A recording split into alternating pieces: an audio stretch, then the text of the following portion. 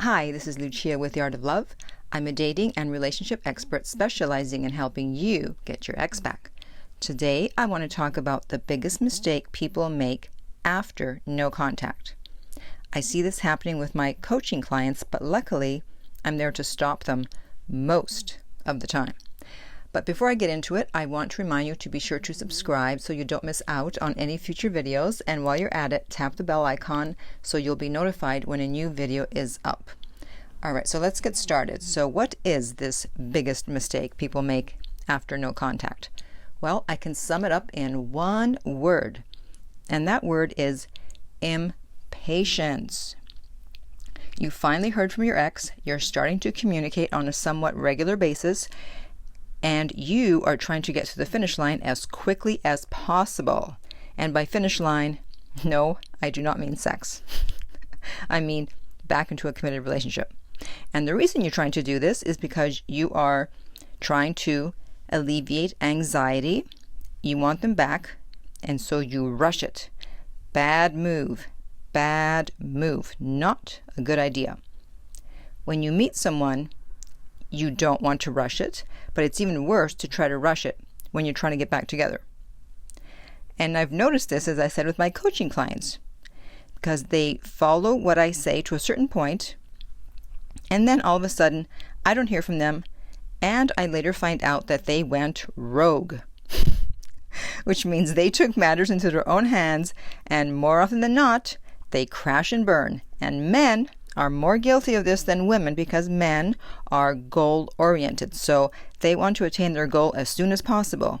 And I always say to them, this is about patience.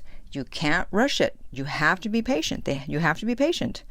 And so your ego, your high interest level, and your impatience is going to get you in trouble. One of my clients, I was able to get his situation turned around. It went from her not speaking with him to her speaking with him, texting, getting together, sleeping together. And so after a few months, we decided it was time for the ring, since that had been one of the issues in the relationship, in that he hadn't proposed. He got the ring. He sent me a picture. I said, great ring. Then I didn't hear from him for 2 weeks. Why? Because he went rogue. We were supposed to discuss when and how to give the ring, but no, he just decided to go off on his own. And next thing you know, I find out he had given her the ring. She kept it a few days, and then she gave it back and said, no, you're going to have to wait. And again, he was trying to rush to the finish line, so I have no idea what's going to happen now. Another guy, I was coaching him with a new relationship. I don't just help people get back an ex, believe it or not. I can also help at the beginning to set the foundation correctly. And so he was dating this woman, and we got it to the point where she was very much into him after 3 dates. Yes, I'm that good. Haha. So he said, okay, I'm good. And I said, all right, no problem. Invite me to your wedding. Well, about a week later, I find out he emailed and said that she didn't want to see him anymore. I was like, what the hell happened? I leave you alone for a week and everything goes downhill? It's like, can't you do anything by yourself?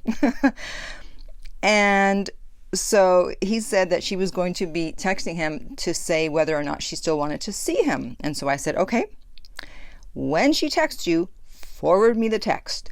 Do not respond to the text. Did he do that? Of course not. He went rogue because of impatience. He couldn't wait to hear back from me, even though he knew that I was going to respond as quickly as possible. And so, of course, he handled it incorrectly. And then he contacts me and says, well, what am I supposed to do now? What are you supposed to do now? You've already jumped out of the airplane without a parachute. I can't help you anymore. You know, sometimes I feel like I'm an attorney. And I tell my clients, okay, listen, you're going to plead not guilty. And they go, okay.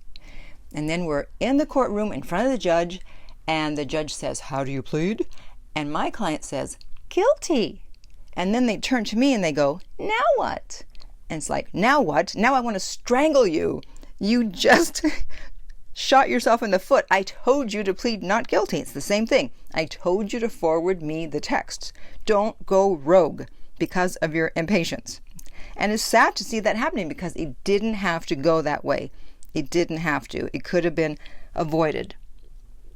And so when you're back in no contact, you have to slow your roll. Stop trying to rush things because more often than not, you are going to be rushing towards another rejection, and it's going to feel just as bad, if not worse, than the first rejection that you had from this person. So I would like for you, yes, you listening, to take a pledge that when you are back in touch with your ex, you're going to be patient and you're not going to try to rush things. So if you're willing to take that pledge, comment below with, yes, I will take the patience pledge. And in the meantime, if you're going through a breakup, which I assume you are, or you wouldn't be listening to this, and you want to reach out to your ex, I suggest that you reach out to me instead and find out about a private coaching session so I can help you get your ex back.